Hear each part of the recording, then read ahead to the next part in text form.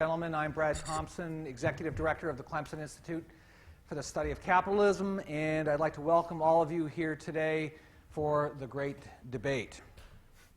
I'd also like to take this opportunity to thank the John W. Pope Foundation for sponsoring this lecture series. At this time, I'd like everybody to take out their cell phone and turn it off, please.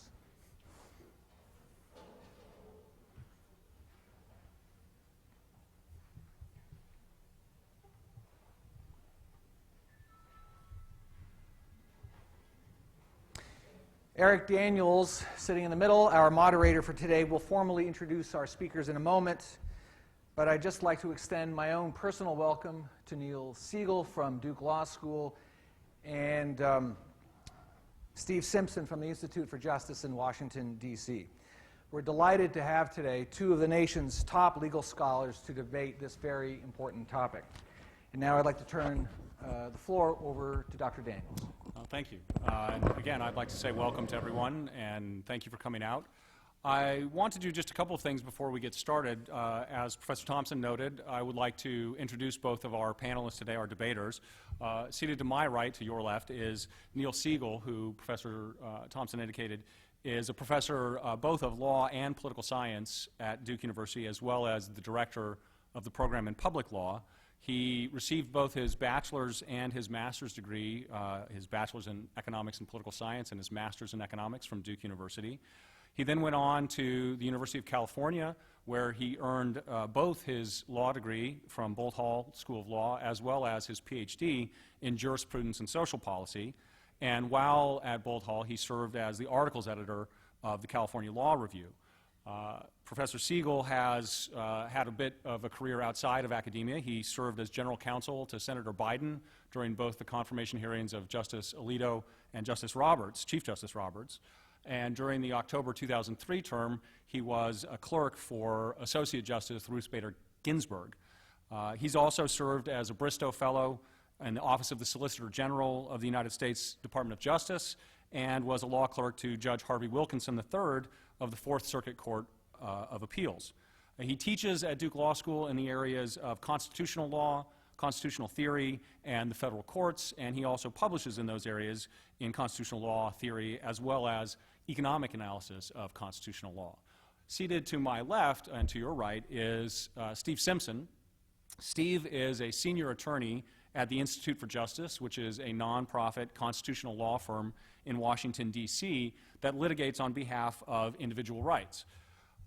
Steve litigates primarily in the areas of free speech, economic liberty, and property rights.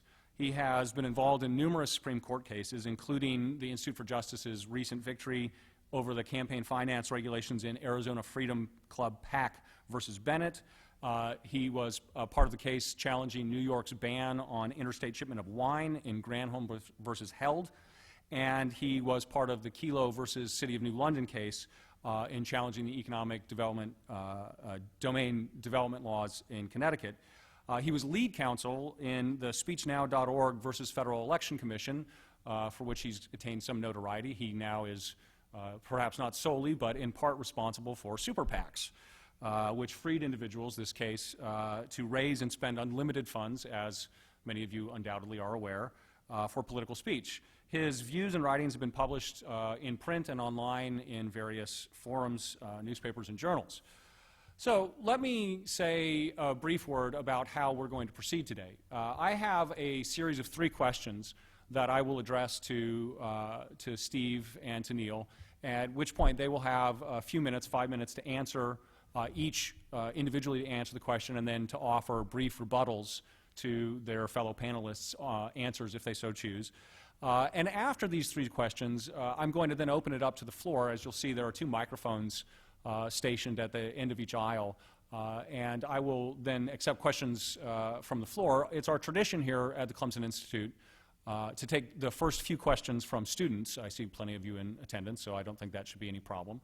But then I would like to encourage any of you to participate by asking our panelists a question. If you want to direct your questions to one or the other of the panelists, just say so. If you want to just hear both of their views, I think it's sufficient to simply ask the question.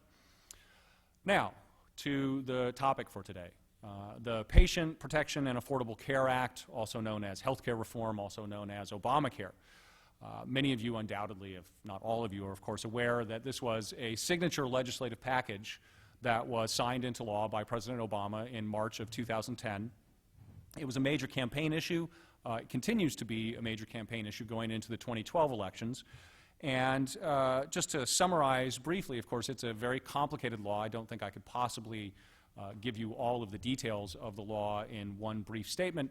But in effect, the law has been passed to achieve a number of goals, to provide for the uninsured, to reform Medicaid, to ensure cost control in health care, and achieve a number of other objectives, which not only some of which went into effect upon signing of the law, but which are targeted to go into effect over a number of years all the way up through 2018 as part of this package, with key target dates in 2014. Now, immediately after the law's passage, as I'm sure undoubtedly you know, there was enormous controversy over the law, and a number of individuals, as well as 26 states, brought federal suit to challenge the law's constitutionality, which is why we're here today. Again, I don't want to try to summarize. There were actually 5 separate cases that were brought on behalf of various parties in various district courts, and as many of you undoubtedly know, there were inconsistent decisions. Some courts upholding the constitutionality of the law, other courts overturning and rejecting the law on the basis of its unconstitutionality. Ultimately, the case that brought it before the Supreme Court of the United States in the 11th Circuit, a divided court's opinion was issued recognizing certain provisions of the law to be unconstitutional, and at which point the administration did not ask for an en banc review and allowed the court, or allowed the case rather, and the cases to be bundled together and to be heard by the United States Supreme Court, which will take place at the end of this month. It's an unprecedented case. It's an unprecedented moment in many ways in our legal political history. It is a moment when both a major public policy law, a major piece of legislation, which is undoubtedly one of the most significant pieces of legislation signed into law in the last 50 years, is also going to be a major constitutional question. This does not always happen in American history, and so it's something of a unique moment for us to take a moment to recognize this and to note how significant this case will be. Undoubtedly, it will play a role, no matter how it's decided, in the upcoming elections and in future cases before the court, whichever way it's decided. Now, as I noted, there are a number of provisions of the case, and there are essentially 4 areas that have been called into question for oral argument and for briefing by the United States Supreme Court. We're going to be focusing today primarily on one of those arguments. Maybe in the extended question period some of the others will come up. But because of the complexity, such complexity that the court has ordered over 6 hours of oral argument compared to the normal 1 hour that it allots to parties before the court and the Supreme Court, we're going to focus primarily on what is called the individual mandate, or also known as the minimum coverage provision. We'll be leaving aside for the moment the issues of severability, the issues of the anti-injunction applicability to this law, as well as the Medicaid provisions and federalism questions. So let me go ahead and begin, and I will turn first to Neil. And the first question that I would like each of our panelists to address is the question at root. Why is there a constitutional controversy over this law in the first place? So, Neil. Well, thank you very much, Eric, and thanks as well for your very generous invitation. It's my first time at Clemson, and it's great to be at a fellow ACC institution. I'm honored to be here. So the first question is a good one because it requires us to take a step back and ask ourselves, why are we here? What are we fighting about, and why are we fighting about it in a constitutional register? And these questions of causation oftentimes are richly overdetermined, which means there's lots of different explanations for why we're having this particular disagreement, and I want to focus on 4 of them. I think there's an ethical component, there's a financial component, I think there's a political component, and a jurisprudential component.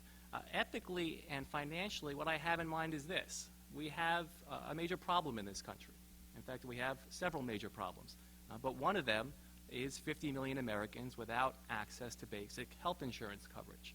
I think it's an ethical problem because it raises questions about why we live in such a country and why we're the only democracy in the world, at least that I'm aware of, that has so many of its own citizens without basic access to health insurance coverage. I also think it's a financial problem. It's a financial problem because those who lack insurance for various reasons, whether it's because they're unemployed or underemployed against their will and they can't take advantage of employer-sponsored insurance, or because they want insurance but they're denied coverage based on pre-existing conditions, or discriminated against based on medical history, or get very ill in an unforeseeable way and then have an insurance company cut off their benefits or impose lifetime limits on their coverage. Whatever the reason, folks without insurance end up consuming health care. They don't get the health care that they need. They don't get as much as they require, but they end up consuming health care pursuant to longstanding charitable social practices by hospitals, federal laws, state laws, as well as state common law decisions. We don't just let people die on the street for lack of insurance or ability to pay. People without insurance end up shifting costs onto others. They show up at emergency rooms and they receive stabilizing care in times of medical need. These costs are shifted onto other participants in the interstate healthcare market. That means hospitals, it means other providers, it means insurance companies, it means you and me in the form of higher premiums. This cost-shifting problem is in the $40 to $50 billion a year range. That's billion with a B. $40 or $50 billion of cost shifted from those without insurance to those with insurance. In this statute, Congress, the President, tried to do something about it, right? Tried to both target the cost-shifting problem and also target the problem of people who want insurance being denied insurance. So certain very popular provisions of the law, provisions that are not being challenged, provisions that are concededly constitutional, prevent insurance companies from denying people coverage in all the ways I've just mentioned. No longer can you be denied coverage based on a pre-existing condition or discriminated against based on medical history. The law takes that away from the ability of insurance companies to control costs. But if you're going to do that, think about what every rational person has an incentive to do. If you can't be denied coverage no matter what do you do? Your rational self-interested incentive is to wait until you're sick to get insurance. Economists call this an adverse selection problem. If you deny insurance companies the ability to control costs by excluding people, then people have an incentive to free ride by waiting until they're sick to get coverage. So how do you expand access to care without bankrupting the insurance companies? The Affordable Care Act targets that problem, targets the cost-shifting problem as well through the minimum coverage provision. It requires people to get insurance ahead of time before they consume health care that they're then not able to pay for. So that's the ethical and the financial component. I also think there's a political component, right? Because the law is a huge expansion of the social safety net, the most significant one in the last 40 years, on par with Social Security, Medicaid, and Medicare. And like past expansions of the social safety net, it's intensely politically controversial at the time. Well, the future remains to be written about whether it remains as controversial over time. That was not the case, as we all know, with respect to Social Security, Medicaid, and Medicare. But politically, I think when you expand the social safety net, I think you have this kind of political backlash. And then the last point I want to make is jurisprudential. I think the meaning of what it is to be a legal or judicial conservative has changed significantly over time. When liberals dominated the federal courts, conservatives preached judicial restraint. And by judicial restraint, they meant judicial deference to democratically accountable officials, deference to Congress, deference to the states. As time has gone on, and as more conservative politicians have won the presidency, and as they have appointed more conservative jurists to the federal bench, I think what we've seen is a shift from judicial deference to more in the way of judicial assertiveness. Right now, I think this challenge is part of a list of ways in which conservative judges and legal conservatives are asking conservative judges or federal judges to strike stuff down. Think about campaign finance legislation, think about the Second Amendment, think about affirmative action, think about property rights. I think it's part and parcel of a different constitutional vision about the role of the federal courts. Thank you, Steve. Go ahead.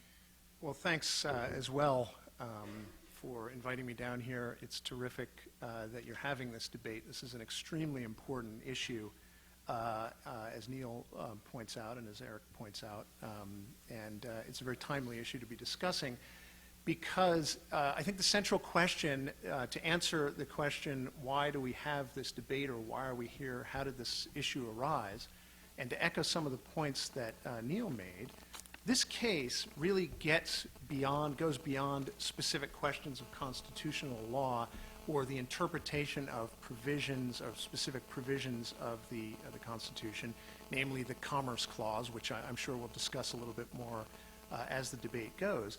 And I'm sorry. And it gets to a really more basic and fundamental question, which is, what is the type of government that we have in this country? Is it a limited government? Is it limited to specific things that the founders envisioned, a specific realm?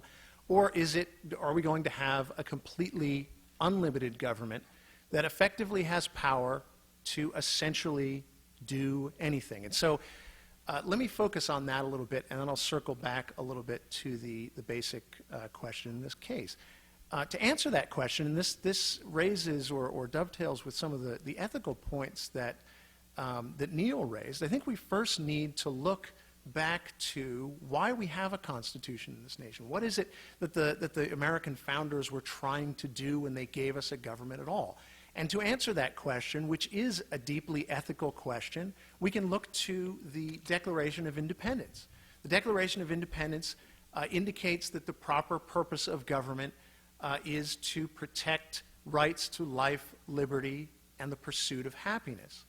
And that was the founders' vision. The founders set up government to protect individuals' rights to pursue their own happiness and to live life as they see fit. Now, they gave us a constitution in order to further that goal. And the federal constitution, the purpose of the federal constitution was to effectively solve problems that the states themselves couldn't solve while still remaining true to the vision of the founders, which was to protect individual liberty. So they gave us a federal constitution that allowed the Confederation of States to be joined together and to become one nation. It was to be a constitution strong enough to accomplish that end, but not so strong that it would actually threaten liberty. So they limited the power of the federal government, and they left to the state governments the ability to deal with a lot of the sort of problems that I think Neil just mentioned, and to debate what the proper role of government was, and to solve many of the affairs or address many of the affairs that individuals deal with in their daily lives. But the idea of the federal government was it was to be limited to specific things so that the people would remain free, their rights would be protected, and if they wanted to decide to ask government or require government to do different things, they could essentially allow the state governments to do that. And through, in essence, competition among the states, a lot of the problems, the best solutions would effectively come to the fore, and would be the people could choose their solutions to broader problems. So the question in this case then gets to how much power is the federal government going to have? And the reason that the issues that this case raises are so controversial is that the federal government is exercising an extraordinary power. That is the power to compel people to purchase products. The individual mandate that is at issue, at least in this debate, effectively conscripts individuals, healthy individuals, into the insurance pool in order to pay for the costs that the government itself is imposing on the insurance market. The government is trying to force insurers essentially to provide below market insurance, and in order to do that, it needs to find a way to make up the costs of the regulations that it's imposing. Now, so the question we need to grapple with is, does the federal government have the power to do this? And in order to answer not only that question, but to deal with a number of the questions that Neil raised, the problems with the insurance market, we'd really need to go back and examine the entire history of federal regulation of not only the insurance business, but the medical care business itself. I think that's a bit beyond the scope of this debate. We're not going to be able to solve that question. But suffice it to say that if, as Neil says, we need to look at ethical questions, political questions, and financial and economic questions, we'd really need to go back and examine how we got to the point that we got to. And we would need to examine the government's actual impact on the very market that it is now regulating and that it is using as the justification for this extraordinary new power to compel people to purchase insurance. And I think maybe if you stick to the Affordable Care Act, you can actually see a microcosm of that. The process by which we got to the point where we are is that the federal government has tinkered with the healthcare market and tinkered with the insurance market over time and has actually created enormous costs. We can see that in this very law. The government forcing insurance companies to provide below-market insurance causes tremendous costs on the insurance market, and the government has to deal with that. So the way the government has sought to address that in this case is to force everybody to purchase insurance. And they're doing so under a power called the power to regulate interstate commerce. So the question for the Supreme Court is, can the federal government do that? Is forcing people to purchase insurance a regulation of commerce? My answer, as you'll come to see during this debate, is absolutely not. But if we want to broaden the question beyond the confines of that specific question, what does the commerce power, what does the power to regulate interstate commerce actually allow Congress to do, and try to rope that into a broader discussion of health care, we really would need to trace back to the 1960s what the Supreme Court has allowed Congress to do and what Congress has actually done. I think that's beyond the constitutional question, but I'd be happy to see a broader debate on that. But the specific question that we really need to grapple with is, what does the power of Congress as outlined in the Constitution actually allow our government to do? Thanks. All right, so now we'll have a rebuttal from first Neil. First from Neil, and then Steve will have a couple of additional minutes to respond to each other's answers before we move on to the next question. So Neil. 2.5? 2. Okay. All right, well, thank you. 2 points. The first is, I don't think we're talking about an extraordinary power or an extraordinary case, right? Where does the idea of a minimum coverage provision come from? It comes from conservative think tanks, the Heritage Foundation. It comes from conservative politicians in Congress who proposed a requirement to obtain a certain level of health insurance coverage as a politically appealing alternative to government-run health care, the regime of Medicare for all, the single-payer system that the Clinton administration was flirting with, and that certain liberals in Congress were flirting with during the Obama administration. So in terms of its political origins, right, it doesn't strike me as particularly extraordinary, nor is it extraordinary when you think about the conceitedly constitutional alternatives that Congress could have turned to in lieu of the minimum coverage provision. Congress could have raised everyone's taxes by the amount of the exaction for going without insurance and then given the exact amount in the form of a tax credit to people who went and got insured. If that's not a constitutional problem, if that's not an extraordinary assertion of power, if that's conceitedly constitutional, what is the big deal about this? If Congress could pass the single payer, if Medicare is constitutional and no one in this litigation is challenging it, then Medicare for all is constitutional. Medicare for all would be just as effective, it would be substantially more coercive. The Affordable Care Act strategy preserves private insurance markets. It gives people a choice to determine what kind of insurance they're going to have. The single-payer system gives everyone insurance provided by the government. So again, is this really so extraordinary that these other conceitedly constitutional alternatives are off the table? Finally, if these provisions that prohibit insurance companies from denying people coverage for various reasons are conceitedly constitutional, and they are in this litigation, they're not being challenged, then don't we have to ask ourselves the question of how we're going to pay for it? You can't get something for nothing. You can't guarantee people access to insurance and at the same time give them the incentive to wait until they're sick to get covered. In terms of the general constitutional vision that Steve sketches, I think we're going to agree in general and disagree in the particulars. So he talks about giving the federal government power to solve problems that the states can't solve on their own while protecting individual liberties, and he emphasizes protecting individual liberties and limited federal government. My own normative view of federalism is similar. I call it collective action federalism. Right? If you think about Article 1, Section 8, which is the sources of powers that Congress has to legislate, they're mostly a series of solutions to collective action problems, funding the national government, regulating commerce among the several states, right? raising and equipping a federal military. These are solutions to collective action problems. Where I think we're going to disagree about is when it comes to the minimum coverage provision in particular, the bans on insurance underwriting practices that I've mentioned in general, whether or not these are problems that the states can deal with effectively or on their own, or whether the federal government is better situated to deal with them. My argument is going to be that the federal government is better situated to deal with those problems. Whether or not the federal government is better situated to deal with those problems isn't ultimately the question. I would argue that it's not, and in fact, if you trace back and look at the history of regulation of the insurance market and specifically regulation of medical care in this country, you see ultimately that Congress has created most of the problems that is now turning around and trying to solve. But again, I think that's a much broader debate than we can really get into here. Now, I concede, Neil's right, that a lot of conservatives have proposed a mandate. I think this is one of the good reasons to criticize what conservatives have done in the past. They've been very wrong in a lot of ways. But again, the fact that different factions or different interest groups have supported one provision or another of this law doesn't make that law constitutional.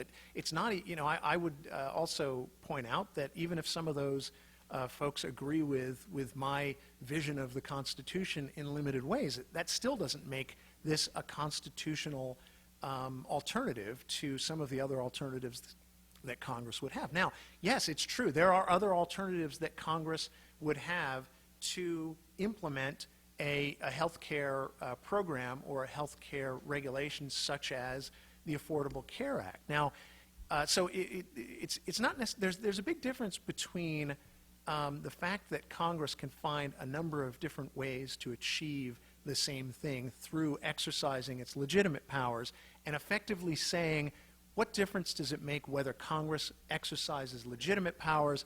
We have a problem to be solved, and if it can find some route there, it should be able to find any route there. One of the values that the Constitution supports or expresses is the idea of political accountability. Neil's right that a single-payer health care program would be politically unpalatable. Why? Because Americans don't like high taxes, and they don't want the federal government to control all of health care. Now, if it is true that the only route for passing health insurance reform is through a single payer, which, by the way, I would oppose vigorously. I would oppose on economic grounds. I would oppose it on political grounds, on ethical grounds. I would ultimately oppose it on constitutional grounds, but that ship has sailed. I think the Supreme Court has allowed a vast amount of power to the federal government, power that it should never have had, but there it is. There we are. But even if I would have to concede that Congress could achieve this through a single-payer system by taxing people and even restricting their liberties more, that's not a reason to allow Congress, in effect, to do this in a backdoor way, because the way Congress is doing it now is effectively imposing precisely those same costs on people, but people don't know it. And they're not allowed to, or they're not able, because they don't see the directness of those costs being imposed on them, they're not able to express themselves at the ballot box. Look, Congress cannot make health care cheap by legislation. It just can't do it. All it can do is shift costs around. So one of the questions we need to grapple with is this. Is Congress going to be forced to shift those costs directly on taxpayers in a way that taxpayers will actually understand, or is it going to be able to shift those costs onto a small group of voters or citizens that either they won't see the direct magnitude of the costs that they're going to be saddled with, and essentially what that amounts to is government loading up costs on particular minority groups of citizens, small groups of citizens, and requiring them to pay for all of society. If we're going to require society to pay for a single-payer health care plan, Congress should do it openly. It should do so honestly by taxing people and saying, what you are getting here is total government control of this market. Okay, so, well, that's a little better. We're now going to move on to our second question, which hopefully all of these are rather related. The next question, which I'll allow Steve to answer first, is a question more of application rather than the origin of the controversy. How should we go about determining whether this provision of the Health Care Reform Act, the individual mandate, is constitutional in the first place? In other words, what do we do to figure it out? So, Steve, go ahead. Sure. So I would propose a couple of things. First, we would take a look at the actual language of the Constitution, which might surprise you as a fairly novel thing for the Supreme Court to do. And second, we ought to look and see if the health care mandate requiring people to purchase insurance is consistent with what the Supreme Court has done over time. And I think I mentioned this before. The Supreme Court has interpreted Congress's powers incredibly broadly, vastly farther or more broadly than I think was appropriate or reasonable under the federal Constitution. But the fact of the matter is that's what I have to deal with. The law is what it is. But it still hasn't gone as far as this law. But I think it always makes sense for the court and, you know, we the people to take a look at what the Constitution actually says. There are very difficult questions of constitutional law, but they're not always terribly difficult if we actually read the language and try to understand what the obvious and plain meaning of that language is. We are dealing, in this case, with a provision of the Constitution that allows Congress to regulate commerce with foreign nations, with the Indian tribes, and among the several states. In essence, that Congress is entitled or authorized to regulate interstate commerce. Now, if we read that provision, we're struck by a number of things right on the face of that provision and the other provisions of Article 1 that authorize Congress to act in particular ways. The first is a point that John Marshall, the great Chief Justice of the United States Supreme Court, made roughly 200 years ago. He said that the enumeration of powers in the Constitution implies that there is something not enumerated. And you can actually see that in the Commerce Clause. It lists out 3 applications for this power. The obvious implication of that and the fact that the Constitution enumerates other powers is that Congress doesn't have all the powers that government can possibly possess. Second, just read the language. To regulate commerce. We don't even have to bother with the interstate aspect of that because, and I think this will become clear as we go, since the Supreme Court has really interpreted all commerce to amount to interstate commerce. But just read the terms regulate and commerce. Regulate, as a general matter, means prescribe the rules for, and then commerce implies, or is pretty clear, that it applies to some sort of activity. Even if we don't assume that's economic activity, at the very least, it's some sort of activity as opposed to simply doing nothing. Now, if we look at the other provisions of the Constitution, we can see that when the founders sought to give Congress the power to bring something into being as opposed to regulating things that already existed, it actually knew how to do that. So, for instance, to establish post offices and postal roads, right? That's different than saying to regulate post offices. To coin money and then to regulate the value thereof. There is a distinction between creating something and regulating something. And then ultimately, the same point is true with respect to the Commerce Clause. So the argument here is, at the very least, we need to read this language and understand that it applies to a pre-existing activity. It doesn't apply to allow Congress to force people to engage in that activity. And that, I think, is a really common sense distinction that if we don't recognize is implicit in this language, or actually explicit in this language, then we have essentially interpreted the Constitution to be meaningless. And I don't think that we can express or have the respect for the rule of law if we are not, and certainly expect our governing officials to abide by or respect the rule of law, if we don't expect them to follow the actual language of the Constitution. Now, let me very quickly just give you an example of the distinction between the breadth that the Supreme Court has allowed the Commerce Clause to be interpreted and what it would mean to uphold the individual mandate. So in the 1940s, there was a case called Wicker versus Filburn. It involved an act called the Agricultural Adjustment Act. under which the federal government wanted to prop up the price of wheat. And the way that it decided to prop up the price of wheat was to limit the supply by rationing the amount of wheat that any given farmer could produce. The idea being less wheat produced means the price would stay high. So a farmer by the name of Roscoe Filburn produced too much wheat. He was fined under the law, and he came to the Supreme Court and said, my wheat is actually outside of interstate commerce. It's not in interstate commerce. I consumed it myself. I sold a little to my neighbor, but I never allowed it to go into interstate commerce. What the Supreme Court said was, sorry, there's a general regulatory program here. It does regulate interstate commerce, and the existence of your wheat will have a substantial impact on that, and therefore the Congress can regulate. As I said before, I think that's vastly beyond the Commerce Clause.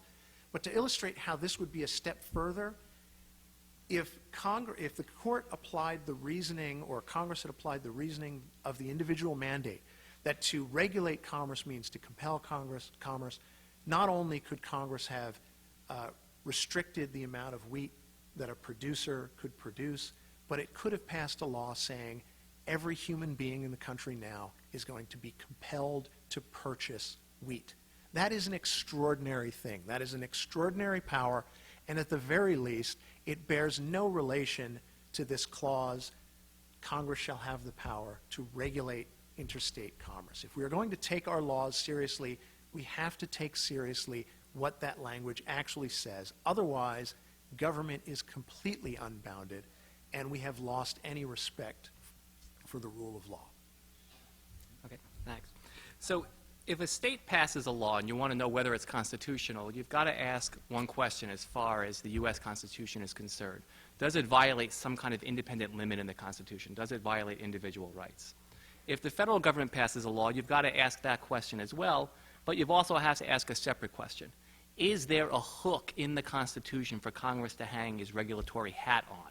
Right? The federal government, unlike the state governments, are governments of limited enumerated powers. You have to find a source of authority in the Constitution, most often in Article 1, Section 8, for Congress to legislate. Steve has talked about one such provision, the Commerce Clause. My suggestion is that there's no less than 3 independently sufficient sources of authority in Article 1, Section 8 to justify the minimum coverage provision. Let's talk about the Commerce Clause. Right? So what else has John Marshall says? He says the power to regulate is to lay down the rule according to which commerce is to be governed. Governments regulate by prohibiting conduct, they regulate by permitting conduct, and they regulate by requiring conduct. Chief Justice Marshall also said that if the end is legitimate, if it's within the scope of the Constitution, then Congress has wide discretion with respect to the means it employs. The minimum coverage provision is one possible means. There are others. In that case itself, McCulloch against Maryland, Marshall upheld the constitutionality of the Bank of the United States, even though you will look in vain for any clause in the Constitution that gives Congress the power to have a bank, because the bank was necessary and proper to carrying into execution other powers. If you're going to fight wars and raise an army, you're going to need a bank. Right? If you're going to have a post office, you're going to need a bank, et cetera, et cetera. And so, too, with respect to the minimum coverage provision.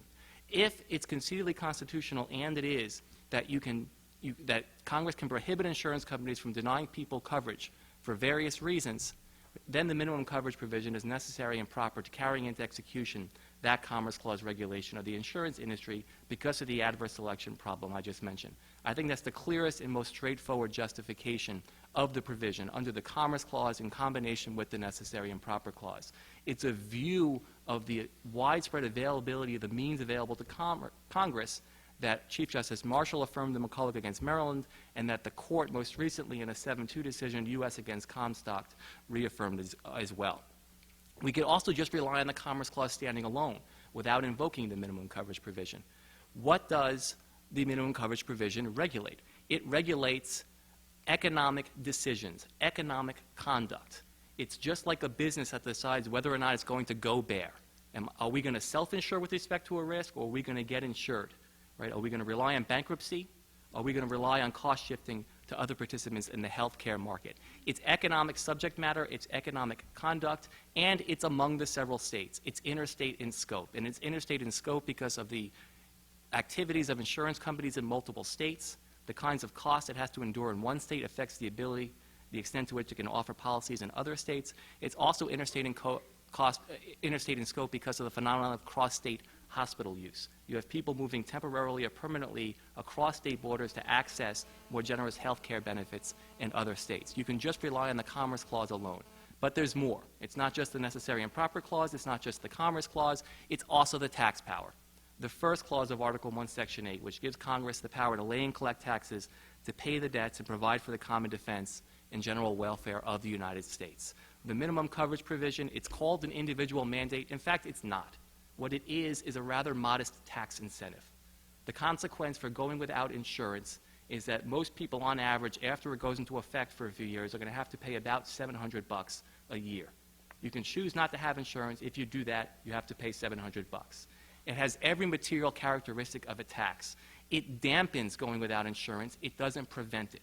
People who are determined not to have insurance can continue to do that. And because it dampens going without insurance and doesn't prevent it, it is predicted by the Congressional Budget Office to raise $4 billion, that's billion with a B, in federal revenue each year. Right? So it looks like a tax, it's predicted to act like a tax, it's a tax. The argument that it's not a tax, Steve has given voice to implicitly, which is that Congress didn't use the T word. Congress has to use the T word. This is a novel distinction. The court before has assiduously avoided a jurisprudence of labels. What matters is substance over form. The court has held this in a variety of contexts. If it looks like a tax and it acts like a tax, it's a tax for constitutional purposes. What Steve says about accountability, what will happen if Congress can tax indirectly without taxing directly? I mean, did anyone escape political accountability because of the minimum coverage provision? Isn't the very controversy that we're having evidence of how no one escaped political accountability? And so it seems to me this accountability concern both misdescribes the current state of play, and I think it's also really far-reaching in its implications. Congress does all kinds of things with the tax code that mask accountability. It calls civilian expenditures military expenditures. It talks about public regarding purposes when it's really special interest legislation. It buries subsidies and expenditures by calling them tax breaks. Right? Are we going to have courts reviewing all of these different provisions of the tax code in the name of accountability? And if not, why in this particular instance when, again, the court has never before indicated that the label Congress uses matters? The last thing I want to say is about the activity-inactivity distinction. This, too, is a novel distinction, and I would suggest it has no basis in constitutional text, history, structure, or precedent. I think what we see with this distinction is a way to try and make an individual rights, individual liberty argument in a world in which you can't make that argument directly and straightforwardly. If you look at the political arguments opposed to the minimum coverage provision, they sound in individual freedom, economic liberty, coercion. In the American system, this is a certain logic. It's the logic of individual rights. It's the logic of limits of government at all levels. It's not the logic of federalism. The only person who is arguing that the minimum coverage provision should be viewed in terms of federalism outside the federal courts in politics is Mitt Romney. That's how he's trying to distinguish his support for the Massachusetts mandate from his disapproval of the individual mandate in the ACA, and it's not getting very far. And I think it's not getting very far because the real objection is about individual rights. But the court said back in 1937, we're no longer going to entertain economic substantive due process, freedom from contract objections to government regulations at any level. John Marshall never suggested that because Congress could create a national bank, Congress could compel people to put their money in that bank. Or because Congress can create post offices, it can make people send letters. That is, there's a big distinction between the power to regulate pre-existing things and the power to pass laws that are necessary and proper for carrying into execution those previous powers and expanding those powers in what amounts to it's really limitless. I mean, it is actually limitless. Congress can effectively make you do anything that it wants to on the theory that the framers established or enumerated a certain very limited set of powers in the Constitution. Neil mentioned the tax power. If Congress can tax you, and under, as I understand it, his view of the necessary and proper clause, hey, if there aren't enough people working, we can just compel people to work. I mean, that's entirely logical. based on his argument under the necessary and proper clause. I mean, what could Congress not do under the auspices of these other powers that it obviously possesses? The point is that the purpose of the necessary and proper clause was not to turn a handful of limited enumerated powers into an all-encompassing power to do anything Congress wanted. Yet, if we interpret it the way Neil does, that's effectively what it does. And there's no answer to that from the government. The government's answer is, effectively, Supreme Court, you have expanded the powers up to this point, now expand them to make them effectively limitless. That's not consistent with the language of the Constitution, and it's certainly not consistent with what John Marshall has said in the past, and even what the Supreme Court has said in the present. 2.5? Okay. So, I mean, what are the limits, right? Because you keep hearing this rhetorical refrain, if Congress can do this, Congress can do anything. And that's the strategy if you want to attack a law on federalism grounds. You need to have an answer to this question. And if you don't have an answer, right, then there's a good chance you're going to lose. That's what the government learned in a previous case. The first time since the New Deal that the court struck something down is beyond the scope of federal power. So what are the limits? Well, for one thing, we're talking about economic or purchase mandates. We're not talking about any and all mandates.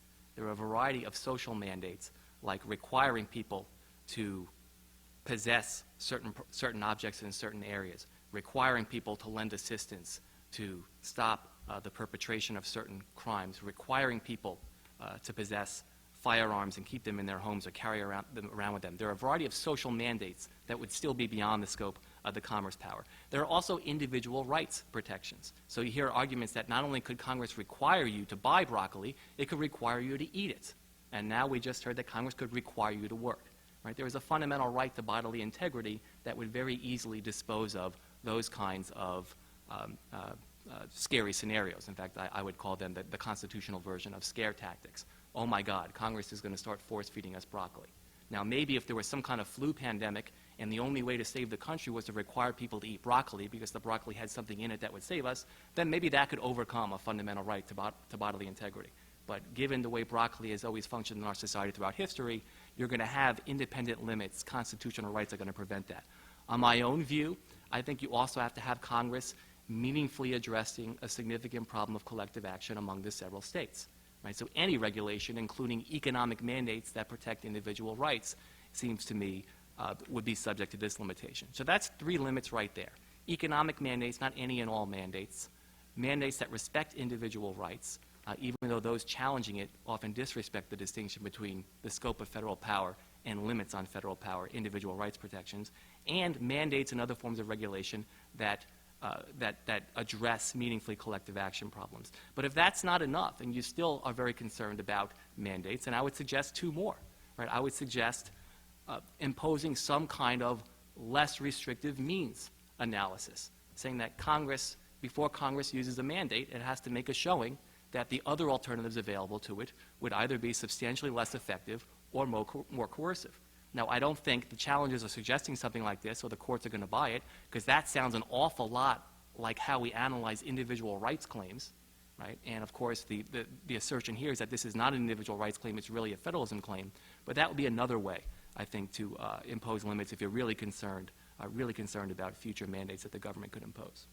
Can I just say, just 30 seconds, okay.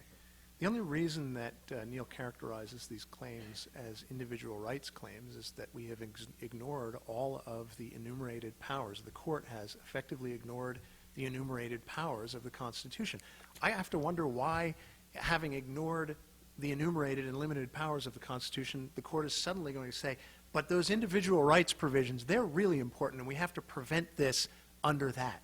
Now, calling this an economic mandate, that's just legal legerdemain. That's just semantics.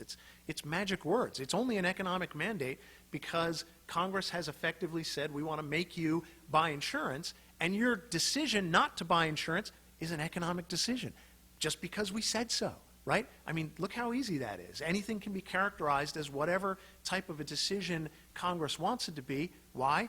Because you haven't made that decision yet, and Congress wants you to make that decision. That's not constitutional law. That's not fidelity to anything resembling what the Constitution is. That's just semantics. That's just legal wordplay. Okay, so I'm sure there'll be much more back and forth as we go forward, but let's go ahead and move on to our third and final question before we open this up to audience questions. And the third and final question, in a way, is a forward-looking question for both of our panelists, and I'll turn first to Neil. And the question really, it comes in three parts, but it's essentially all the same issue. And the question is, what are the implications if the Supreme Court upholds the law, or on the contrary, if it strikes down the law? And the root of this question ultimately is, either way, does it really change anything? So, Neil, go ahead. Okay, so what turns on the outcome of this litigation? Right? In one sense, we have so many problems with our health care system in this country, right? And costs are continuing to explode. Those problems are going to remain, I think, regardless of the outcome of this litigation. But nonetheless, right, there's still a substantial amount at stake, particularly because the status quo for an indefinite period in Washington is going to be doing nothing, right, regardless of what the Supreme Court does. It seems like you're not going to have any kind of political movement one way or another to pass future legislation. I think if the Supreme Court upholds the minimum coverage provision, I think very little is going to change. I think there have been very few purchase mandates that Steve is so concerned about in the past, and I think there are going to be very few purchase mandates in the future. And why do I say this? Well, I say this because of the political controversy around this one. They tend to be very unpopular, and no sensible government would impose one in the absence of very good reason to think that the alternatives are going to be much less coercive, or are going to be, the alternatives are going to be much less effective or much more coercive. And that's, in fact, why President Obama moved from being initially opposed to it to being initially in favor of it. You do not have to believe in general in what's called the political safeguards of federalism, the idea that we don't need to have courts reviewing federal laws because the states are represented in the political process and we can just trust the government. That's not my view at all. I believe in real but modest limits on federal power judicially enforced. But I don't think you have to believe, just to trust the political process, to think that these fears about everything the federal government is going to make us do, it seems to me to be really way overblown. Right? Now, how are we going to know? Right? There's no way I can prove it to you, and there's no way you can prove that I'm wrong. I'd be happy to bet you, and bet you as much money as you want, and we can revisit the issue in a year or 5 years or 10 years, and we can see what kind of economic mandates the government has imposed. And if that doesn't assuage your concerns, I can say what I said before, which is if that's what you're really concerned about, then chances are you're concerned about a state doing it to you as well. Chances are if you don't like mandates, you wouldn't like it any better if South Carolina did it to you, in which case your real concern is about individual liberty. It's about limits on government in general. And if we really go down the road in which people are forced to buy broccoli and forced to buy all kinds of things and forced to do all kinds of things that you don't want to do, then we can reopen substantive due process, and then you would actually straightforwardly and directly be making the kind of claim to constitutional attention that I think is really underlying this constitutional dispute.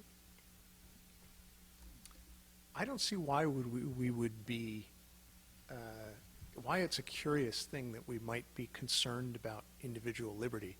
And given the structure of the Constitution, it limits government power. We know that the founders put those limits on the power of government to protect individual liberty. What Neil is effectively saying is we should eliminate pretty much all of the structural restraints on government in the primary part of the Constitution as opposed to the Bill of Rights.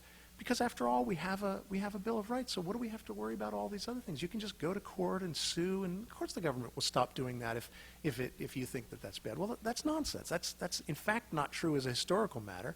In fact, the Supreme Court has not only expanded the power of government or allowed that to happen, not only has government assumed this power, but it's very difficult, virtually impossible to restrain the government with the so-called individual liberties arguments too. So as government has grown, liberty has shrunk. Neil treats that as just some minor concern that nobody should worry about. That is, in fact, what the founders were worried about. I actually think that is why the mandate is controversial, because people don't like the fact that government will be compelling people to purchase things. Neil's argument seems to be, take it to the voter's box. I mean, take it to the ballot box. Stop complaining about constitutional questions. Well, guess what? The Constitution actually does limit the government. Why should we have to go vote against things when Congress and the federal government is limited in the first instance under the Constitution. Now, to circle back, though, to the question about what are the consequences, I think probably whichever way this goes, in the short term, there aren't going to be huge consequences in terms of what Congress will actually do in the short run, and in terms of constitutional law. But if the Supreme Court upholds the mandate, that changes the law and grants Congress a power that is far more significant than the limitation on Congress's power would be if it strikes down the mandate. This is effectively allowing Congress to take a bold new step toward controlling ever more of what we do, whereas if the court says, look, this far and no further, you can regulate pretty much all commerce in this country, but we're not going to allow you to do what is clearly not covered in this clause, which is compel people to purchase things. That's not exactly a gigantic and a severe or extreme limit on Congress's power. I mean, as Neil pointed out, Congress has somehow managed to engage in, 60 years of healthcare regulation without being able to compel people to purchase insurance. Is it really crazy to assume that Congress will be able to continue to do that? Now, as I said, I'd love it if we could restrict Congress's power even more. But the idea that this is somehow a significant restriction on Congress's power, it's just not true. I mean, look at history. Now, as far as what the consequences will be, look, we can imagine all kinds of things that don't sound as silly as requiring people to eat broccoli. I mean, why not require everybody to invest in 401ks? I mean, after all, it's important for people to invest their money and save their money. Let's say the banking industry is having problems, which in fact it is. Why not require people to put money in their bank accounts instead of keeping it home or not investing it anywhere at all? The National Flood Insurance Program is effectively a bankrupt program. It's just a government handout. Why not require all homeowners who live anywhere near the water to buy flood insurance to prop up the National Flood Insurance Program? There are all sorts of things you can come up with that aren't really outrageous, certainly no more outrageous than requiring people to purchase health insurance. Why? Because Congress has imposed crushing costs on the insurance industry. And guess what happens when you impose crushing costs on the insurance industry? The insurance industry threatens to fail. And so what the argument here is Congress can effectively create its own powers by ruining an industry, by imposing tremendous costs on that industry, and then turning around and saying, my goodness, this industry is going to fail. I don't know how that happened. What a strange thing. We need to solve that by exercising some more congressional power to offset the costs that we just imposed on that 5 minutes ago by imposing all of these restrictions. That's crazy. That's a prescription for absolutely unlimited government.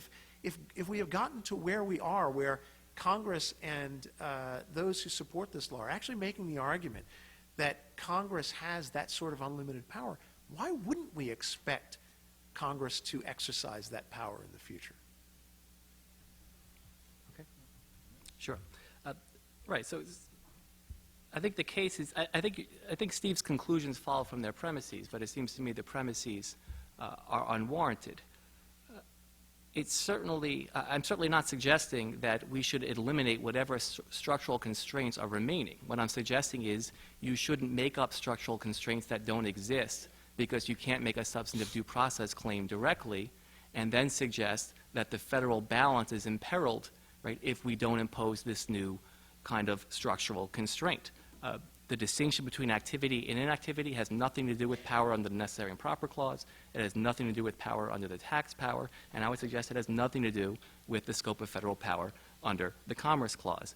If Congress can use a variety of means, including politically more controversial means, in order to expand access to health insurance coverage, what is it exactly about the minimum coverage provision that is out of bounds? The Wickard case that Steve mentioned earlier, this 1942 case, this was a case in which the court upheld federal power to limit the amount of wheat a farmer could grow on his own land to feed his own family and livestock. This was a case in which, in effect, Congress was requiring Wickard to go out and purchase wheat on the market. And the court said that the stimulation of commerce is also within the scope of the commerce power. I would encourage you to ask yourself this question. If you're concerned about any of the hypotheticals Steve is raising, ask yourself whether you would also be concerned if the state did this to you, if South Carolina did this to you. If the answer is yes, then this is not a federalism objection. This is an objection that sounds on individual rights. If the answer is no, then what exactly is it about the mandate form of the regulation, as opposed to the fact that the federal government is doing it, that has you so concerned? Now, Steve has artfully argued in the alternative here. On the one hand, he rejects Supreme Court precedents, the New Deal settlement, the robust but limited scheme of federal regulation in which we have all lived since the constitutional crisis of the New Deal and the Great Depression. And yet, on the other hand, wants to argue that even within Supreme Court precedent, this is still a bridge too far. And I would ask him, which one exactly is it? And I think this speaks to the question of what happens if it's struck down, which I haven't yet addressed. If the Supreme Court is modest in its ambitions and really just wants to take purchase mandates off the table, well, that's fine, right? And then it seems to me the implications of striking it down, I agree with Steve, aren't going to be great. But if the Supreme Court shares the ambitions of Steve and many of the others challenging this law, which is not just to get rid of purchase mandates, but to fundamentally reconsider the New Deal settlement, to reconsider the scope of power, to have a much more robust vision of economic liberty, then it seems to me it's not just purchase mandates and 401ks that we're talking about. It's also many other things like Social Security, Medicare, Medicaid as well. We live in a world of a whole lot of federal regulation. Think about what happens when you wake up to when you go to bed. How much of that are we going to now hold unconstitutional? Just, so Neil is confusing my long-term desires with my assessment of actual constitutional law right now. I've admitted it right off right out of the starting box that I would like to see the Supreme Court not have done what it has done over the course of the 20th century and interpret federal power so broadly. But, I mean, that is what it is. It's still the fact that the court has not gone as far as it's gone. So, you know, we can't confuse the ultimate interests or desires of the people who are challenging the mandate with their view of what constitutional law is right now. And the court simply has not gone as far as to sanction the power to compel people to engage in commerce under the auspices of the power to regulate commerce. It simply has not done that. So this is a new step beyond where the court has gone. But that's a very different thing from saying, I wish the court hadn't gone that far. I mean, everybody has to accept what the law actually says, and I can make an argument for overturning a case, but if I don't have to make an argument for overturning the case, which I don't, I can simply point out that the court has actually never gone this far, and it's not at all consistent with prior precedent to go from regulating commerce to compelling commerce. I can take that position without having to argue that the court overturned previous case law. I mean, that's not exactly astounding or surprising at all. People and lawyers do that all the time. Indeed, Supreme Court justices do that. Judges do that across the country all the time. Judges have a wide variety of views about what the court should have done versus did do, but they still have an obligation to read the law as it stands now and understand what that law allows the government to do. That's essentially what I'm doing. Okay, well, that brings us to the end of our formal question period. I'd like to now open up the floor to questions from the audience. And as I said, it's our tradition here at the Clemson Institute to encourage the first few questions to come from students. There's a microphone at the bottom of each aisle, which will be turned on just momentarily. And let me just also ask one proviso. Obviously a controversial issue. Obviously there's a lot to say. I'm sure both of our panelists wish that they had a lot more time to say a lot more things. Please, when asking a question, try to be brief and direct in your question and avoid any kind of argumentative back and forth so that we can allow our panelists to speak on these issues. So come on up. Don't be shy.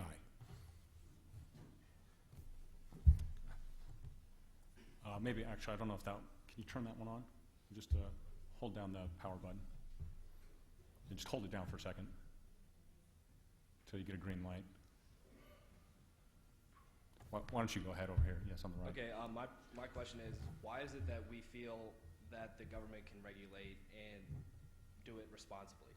If you look at anything where the government goes into an investment or into an industry, they oftentimes lose out to free market competitors. If you look at the mail service, they are getting whooped by FedEx and UPS. They're in a $3 billion deficit. You know, why is it that's going to work? The VA hospital system. You've got veterans committing suicide in ambulance bays because they're not getting the health care from the VA system. That's government run. Why do we think that the government is going to do anything better than the free market system? Even, you know, look at our military. While we're awesome, yes, we do spend uncontrollably. So I'm really confused about your specific stance on how the government is going to better regulate the spending of the healthcare industry. Thank you. Thank you very much for your question. I think the question speaks to the wisdom of government regulation, and that's government at any level, at the state or local level, at the federal level. And I think the question of the wisdom of government regulation is distinct from the question of the constitutionality of government regulation. Right? So there's nothing in Congress's enumerated powers that suggests that the federal government, or the states for that matter, have to do a better job than private industry in order to have the power to legislate. Right? So I do think there's a distinction there. But to answer your question straight on, I think there are a variety of circumstances in which, right, government does a poorer job. I think there are a variety of circumstances in which we need government, and government helps to solve problems. And in fact, that's what motivated the Constitutional Convention. Is the problem was not that we had a too powerful federal government, we had an impotent federal government, right? And the country's very existence was in peril. With respect to health care and health insurance in particular, you have problems that pre-exist this statute. The adverse selection problem is a market failure, right? If markets could solve market failures, they wouldn't be called market failures. They would be called market successes. This cost-shifting problem is also not exclusively created by government, right? So when you have various impediments to the effective functioning of markets, you can't just rely on the market to solve them. You also need government. But it's a very situation-specific and a very nuanced, right, examination of what kind of government regulation, or even whether government regulation on balance is going to do a better job. I want to agree with you in a variety of circumstances. Government does not do a very good job. It's true that the Supreme Court doesn't often get into the wisdom of legislation when it assesses the constitutionality. And I think as a general matter, if we actually followed the Constitution, that would make sense, because the Constitution itself addresses the wisdom of government action by restraining what government can do and keeping it confined to certain purposes. That's why we have a limited government, because the founders recognized it's not wise to allow the government to control pretty much everything we do. And I think your question offers a number of examples of how that's happened. I mean, look at the healthcare industry. The problems in the healthcare industry are largely, if not completely, a result of government action. Now, I do want to address one point here, that the notion that adverse selection is a market failure, that is wrong. I mean, to put it charitably, I would call it ridiculously wrong. And you can see how wrong it is if you just take a look at the very law that we're talking about. The adverse selection is the idea that if the government does what it's doing in the ACA, the Affordable Care Act, and tells insurers, you have to insure everybody who comes through the door, some people are going to try to game that system. They're going to basically say, okay, if you're going to allow me to have insurance whenever I want, no matter what, and you're not even going to price it based on my risk, why should I buy insurance now? I'll just wait till later on when I actually have some costs, and I'll buy insurance then. Well, guess what? That's not a market failure. The market didn't say, hey, we're going to offer insurance for free and then pay any of the claims that you come to us with. And my goodness, I don't understand why the market doesn't function anymore. No, the government is actually doing that in the Affordable Care Act. And then turning around and saying, this is a market failure. We forced you to give insurance for free to people, and people are actually taking that insurance for free, and that's going to ruin the insurance business. This is a market failure. That's preposterous. Just to clarify, that's why I was talking about the adverse selection problem that pre-exists the ACA and that healthcare experts have long recognized. Next question. Hello, I'm John Paul Castle. I am a junior fellow here at the Institute. And my question, I guess, was related to your point where you asserted that if you did not feel comfortable with your state putting an individual mandate, that it would become an individual rights, I guess, issue instead of a federal constitutional restriction issue. But in reality, I would be perfectly fine with another state putting an individual mandate on other people and not myself, or not South Carolina, for example. I would hate for a system like that to go into South Carolina, but I would be fine with another state choosing their own free will because maybe that works in their state, or maybe our states could, I guess, different states could come up with the best solution through different trials and errors. So what would your response to that be, both of you? Go ahead. I mean, no, it's a great question because you're talking about various rationales for federalism. And one of the rationales is laboratories of experimentation. Another rationale is value pluralism. I'm not so sure here we're talking about experimenting with different solutions so much as we're talking about value conflict, right, and different views about what government may or may not permissibly do to people. I would suggest that it's certainly a sensible, coherent position to have, right, that you don't want it for your state, you're okay with other states having it. I don't think that tracks the constitutional politics of the moment. I don't think that tracks the core of the objection. I think the objection is that no government in America, if you read the Tea Party,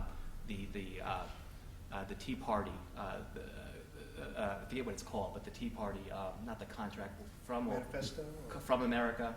But it's government at any level shouldn't be requiring us to have health insurance, right? And it seems to me that that's an argument that it's wrong for government to do this. In fact, very few people are with Mitt Romney in saying what's good for Massachusetts is not good for the rest of the country. And that's what leads me to think that this is really about individual rights, not about federalism. Federalism, to me, is about structure, and structure is about whether the federal government is better situated to deal with the problem, whether there are collective action problems for the states, whether the states are better to deal with the problem because there aren't these collective action problems for the states. That's both the expanse and the limits of federal power. Whether you're regulating through a minimum coverage provision or regulating in some other way seems to me to be orthogonal to that question. It's not responsive to the question of federalism. One can think that no government should do this, as I do, and still recognize that there's only a constitutional argument to limit one of the governments under which we live from doing that. And part of the reason that the Constitution imposes these limits on the federal government is to, as Neil said, promote this idea of laboratories of democracy. That is, people can move. If they don't like the fact that their state government imposed a mandate, they can move to a different state. If they don't like high taxes in one state, they can flee them and go to a different state. You can do that when you actually respect the limits that the Constitution imposes on the federal government. You can't do that when a central government in Washington, D.C. is essentially making policy and passing laws for the entire nation. Okay. Next question. Hey, my name's Cameron Eagles. I'm a junior economics student here. My question to both of you is exactly how similar are the individual mandate to Medicare, Medicaid, and Social Security? You seem to mention that. How similar are they? Is it that much of an extension of powers? Well, I mean, as I've said throughout, there's a difference between taxing people and effectively, creating a welfare program and requiring people to engage in particular transactions. Now, I do admit that it's not a gigantic difference. I mean, I do think that the federal government, under current Supreme Court law, has enormous power to impose costs on us effectively through taxation. But it still hasn't been, the Supreme Court still hasn't interpreted its power to go as far as to actually require people to engage in commerce. And I think some of the examples that I gave illustrate that difference. But it's true, the federal government's power is enormously broad. The question is, are we going to completely toss out the idea, which the Supreme Court has at least paid lip service to, that there are some limits on the federal government? Or are we going to allow the federal government's powers to expand infinitely? So it's a very good question, and I think Steve's answer is that there's not, what do you say, an enormous or a gigantic difference? And I would say that there is no difference, right? There is no constitutionally relevant difference. This is a distinction without a difference. When you focus on what the law actually does, the law doesn't say everyone has to get insurance or else we're going to fine you $50,000. It doesn't say everyone has to have insurance or we're going to put you in jail. It gives you a choice. It says obtain a minimum level of health insurance coverage or pay on average about $700 a year. At first it's $95. After a few years it gets up to $700, around that. That is materially indistinguishable from a tax. It's materially indistinguishable, right, from the kind of taxation that everyone now agrees, at least under current law, Congress can impose under the tax power, in which it has imposed with regimes of Medicare and Social Security. If this law is upheld, nothing will prevent the Congress from passing a law later on, under Neil's argument of the necessary and proper clause, that in fact does put people in prison for not buying insurance. Now, as far as the tax argument goes, this is not a tax. It's not structured as a tax.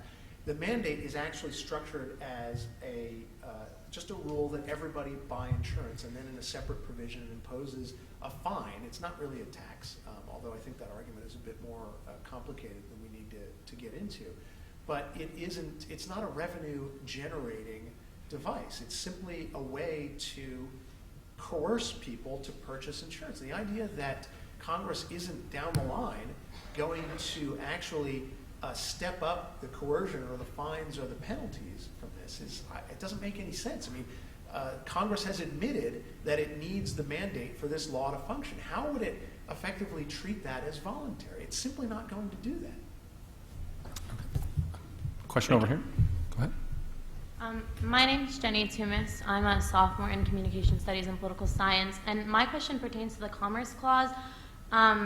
My question is specifically about your statement that the Commerce Clause, the purpose of the Commerce Clause is to regulate commerce and not to require people to act economically. And I guess my question is, would you, given the fact that people in fact do obtain health care who do not have health insurance and go to hospitals when they're sick and doctors have a requirement to treat them, they're then obtaining a good, and that money's coming from somewhere, and that money's not coming from private individuals. So in that sense, isn't the government regulating commerce? And then I guess on this side, my question is that an argument that's relevant to upholding the law under the Commerce Clause? Well, I'm not sure exactly what you're talking about. Are you talking about Medicare or just general private insurance? That money is coming from, it's probably coming from I'm talking about people that aren't insured at all, not under Medicare, Medicaid, or private insurance, that then go to the hospital because they have some sort of deathly illness, they get in a crash or something like that. Doctors are required to treat them, so then that money for the doctors to treat them, those resources are coming from somewhere that's not the private individual. So in that case, sure. there is... I understand what you're saying, and what the Supreme Court, again, has interpreted the Commerce Clause to be very broad, to apply to anybody who is at least operating a business within interstate commerce. Now, again, as I said, I think it's gone far beyond the rational limits of the Commerce Clause. But yeah, in certain circumstances, it has interpreted the commerce power to allow it to, in this instance, compel doctors and hospitals who are conceitedly operating in interstate commerce to provide services to people who show up. Now, I think that's beyond the Commerce Clause, but it is, I think, under current Supreme Court precedent, constitutional, but it's still a different thing from effectively telling people that they have to purchase services. Regulating a business that is operating in this interstate commerce is different from taking an individual who is not operating in interstate commerce and then saying, you must operate in interstate commerce. I think it's a great question, because what you're asking is, even if we buy this distinction between activity and inactivity, is this a case of Congress regulating inactivity, compelling action, or is this a case of regulating already existing action? And I think the answer turns entirely on characterization, and specifically the level of abstraction at which you look at the problem. If you just focus on the health insurance market, then the individuals subject to regulation, those without insurance, look inactive. They're inactive in the insurance market for the time being. And what your question suggests is, what if we look at the problem the way Congress is looking at the problem and look at the health care market? And what you're saying is they're not inactive. In fact, they're very active. They're active to the tune of $40 to $50 billion a year. right? And someone is paying for this. So this is an argument that even if you buy the distinction doesn't help the challengers because the regulated individuals are active in the relevant sense. What I want to suggest in the alternative, right, is that you really ought not to buy this distinction.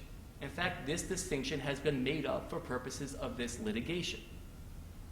The distinction between inactivity and activity has nothing to do with the scope of federal power. I have 2 girls, one's 7, one's 4. Part of what I have to do as a parent is regulate their behavior. How do I regulate their behavior? I prohibit them from doing stuff. I encourage them to do stuff. I permit them at their discretion to do or not to do stuff. And I require them to do stuff. Even if they really don't want to brush their teeth and floss, we do it every night. I hate it, but we do it. I'm regulating them. If you look to the dictionary definition of regulate, it includes requiring certain conduct. State governments do that all the time. And by the way, so does the federal government in other contexts. Okay. Another question? Yeah, my name's Paul Evans. I'm a political science and a history major.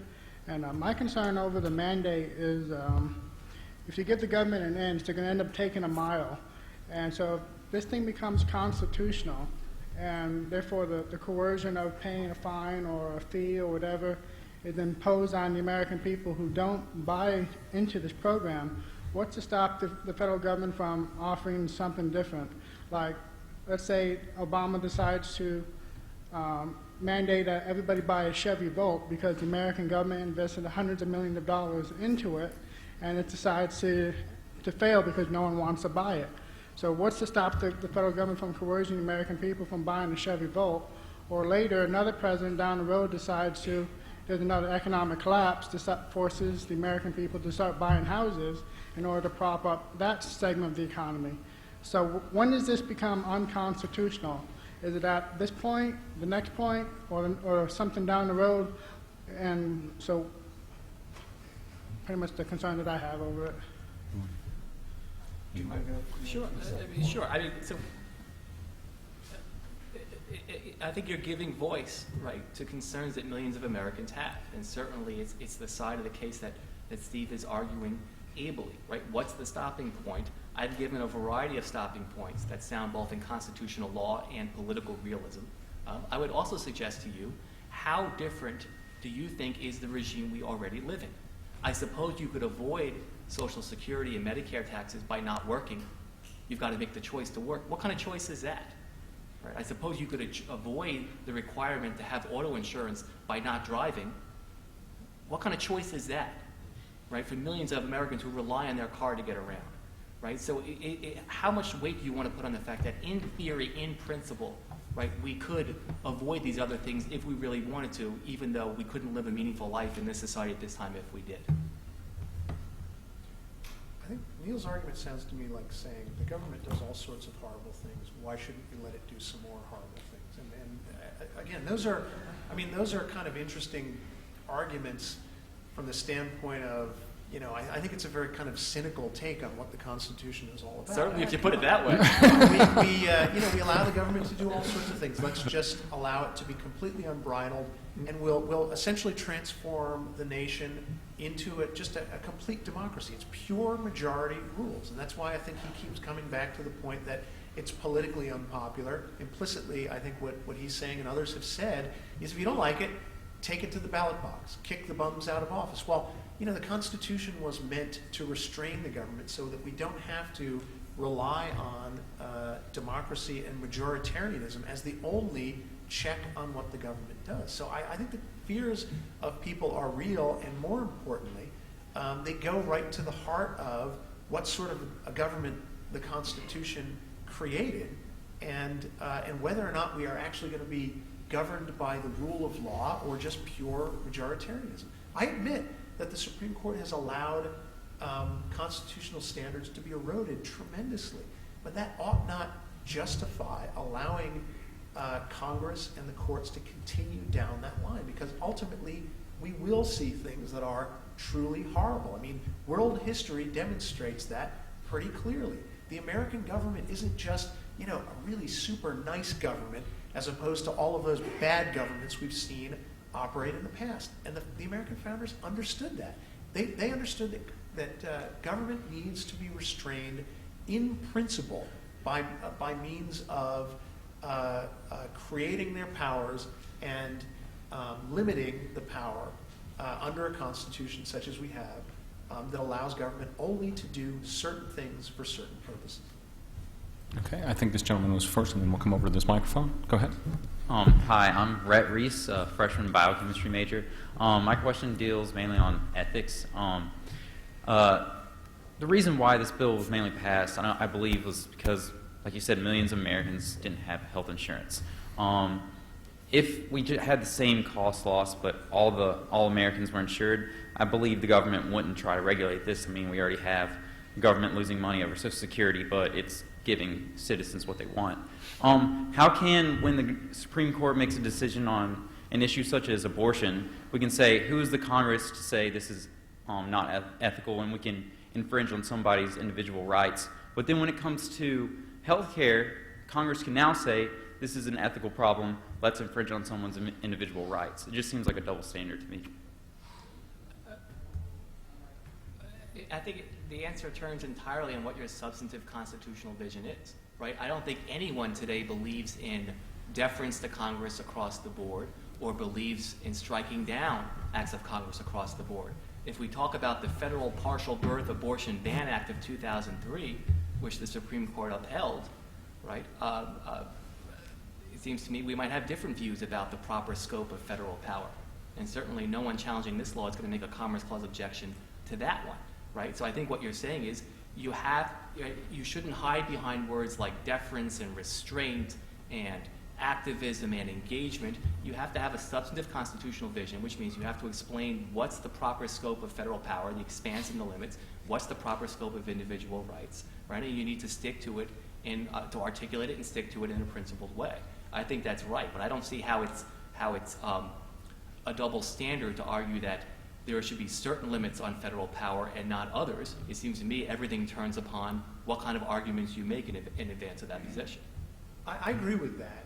This really does depend on your vision, so to speak, or your view, your political philosophy, what is the proper role of government. But I also think that these sorts of, call them ethical or political or philosophical kind of double standards where the right is complaining about certain things and they say they're unethical and or unconstitutional, but they turn around and say, but we should be able to impose our will on other people in these other areas, and then the left turns around and makes exactly the same argument in the other direction.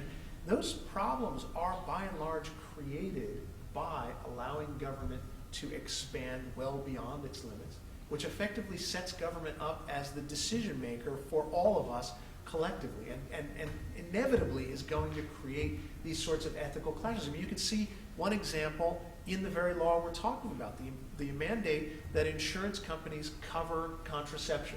Now, I have no problem with that personally. I would be perfectly fine if I were an employer to have an insurance policy that covered contraception, but a lot of people have a problem with that. Now, in a free country where I am allowed to decide who's going to provide my insurance, and I can actually freely decide what provisions that insurance will cover, I can resolve that for myself.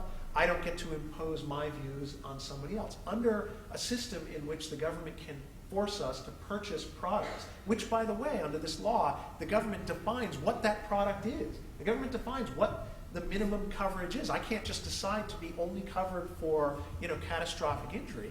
There are all sorts of things the government has decided for us. That's when you create those sorts of ethical dilemmas. The answer is allow people to associate with whom they wish, and the path to getting there is limit the size and scope of government. But think about the implications of that argument. That means if I've got a business and I don't want to hire black people, I don't gotta.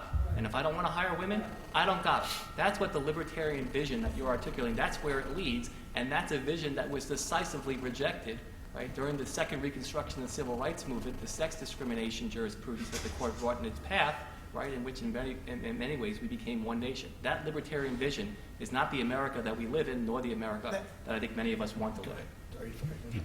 That's a good point. And I agree that government should be preventing the sort of state-sponsored, completely endemic racism. Not state-sponsored. I'm a private employer. Well, I don't want to hire black people. Okay, but fine. So let me then say this. I think the history of civil rights and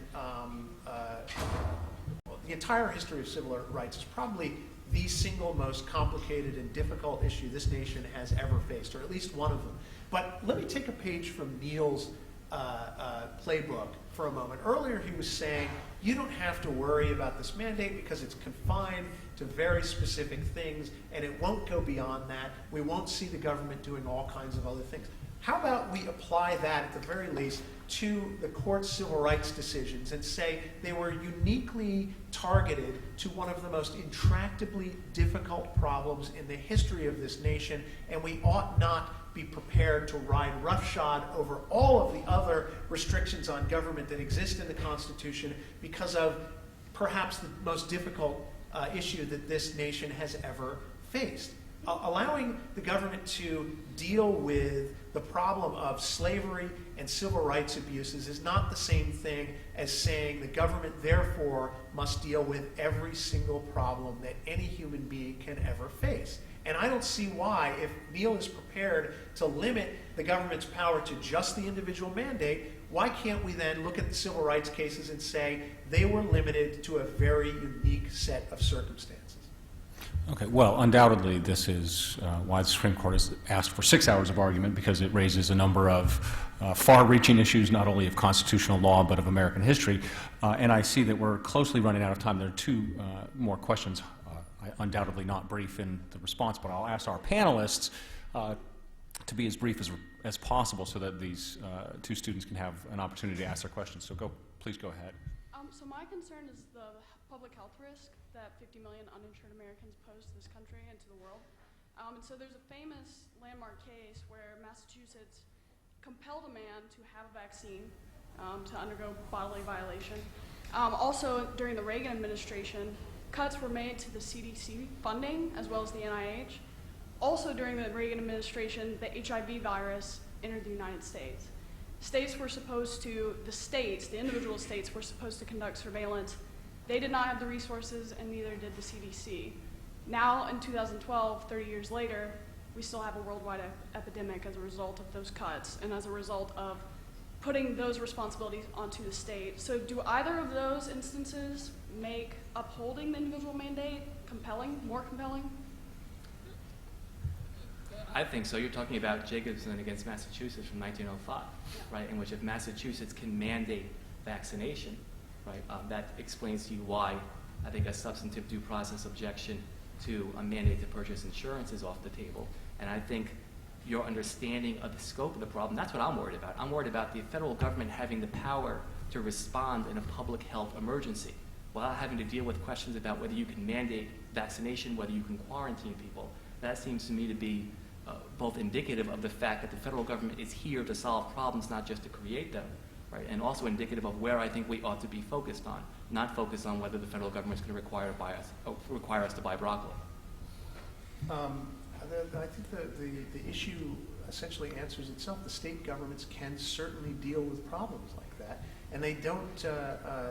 And in fact, that is where the problems are primarily going to be solved, because the state governments are closer to people and they have more ability to actually deal with these issues. Now, the funding issues are simply a matter of, that's a matter of state fiscal health. I mean, the state obviously and the government has to be able to raise the funds to pay for its legitimate purposes. But I mean, if you're going to if we're going to try to evaluate funding problems, we have to look at all the other things that government is spending money on and ask ourselves, if it spends money on everything, it's not going to spend money on the narrow class of things that it actually should be doing.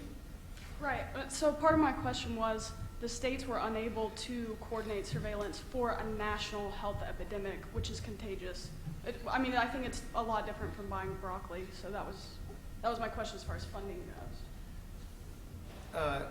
I don't know enough about the circumstance to know the breadth of the problem. But if it is true that there is really a true national emergency, then yes, I think the federal government can deal with national emergencies, true, actual national emergencies that really threaten the lives of citizens. That's not what's going on here. I would like to know where in the Constitution you get that distinction between national emergencies versus really serious problems versus significant problems. If the problem is interstate in scope and you have good reason to think the states can't deal with it well on their own, it seems to me the thrust of your question, which is a good one, is that the federal government ought to be empowered to act. Okay, and with the last question, gentleman at the microphone, yes. There was a previous question about give the government an inch, they'll take a mile. You brought up political realism. Well, isn't political realism more subjective to the circumstances of the day, which is an antithesis to the implied objectivity of the Supreme Court? As in, today we say if we mandate you buy insurance, later on you're going to have to buy a Volt. Well, back in the 1800s, they would have said, in my view, they would have said Social Security is unconstitutional because of transfer payment. And when we formulated Social Security, they would have said, well, individual mandate's unconstitutional. So isn't it more subjective to the day as opposed to objective to the Constitution as a whole? That's my question. Do you understand what I'm saying? Not quite, no, I'm sorry. He brought up political realism. Political realism today would mean an individual mandate is unconstitutional, or is constitutional, but forcing citizens to buy a Chevy Volt would not be. Well, back in the 1800s, would they have not said Social Security is unconstitutional, and then when Social Security became an issue, that's constitutional, but an individual mandate isn't? Like, is that not subjective to the day as opposed to objective to the Constitution as a whole? It's a good question. I don't know that I would think about it in terms of subjective versus objective, but rather that when we're making predictions, we're always limited by our own subjectivity, our own inability to foresee the future, right? And so you could argue in response to me that what seems highly unrealistic now might not seem so unrealistic in the future, right? And I think that's a fair point, right? I can't see the future. I can't see the future, right?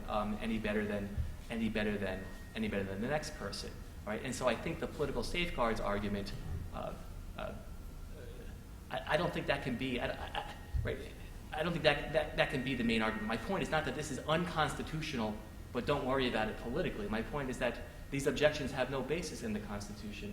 And by the way, in addition, if you're worried about it, here are some reasons why you really ought not to be.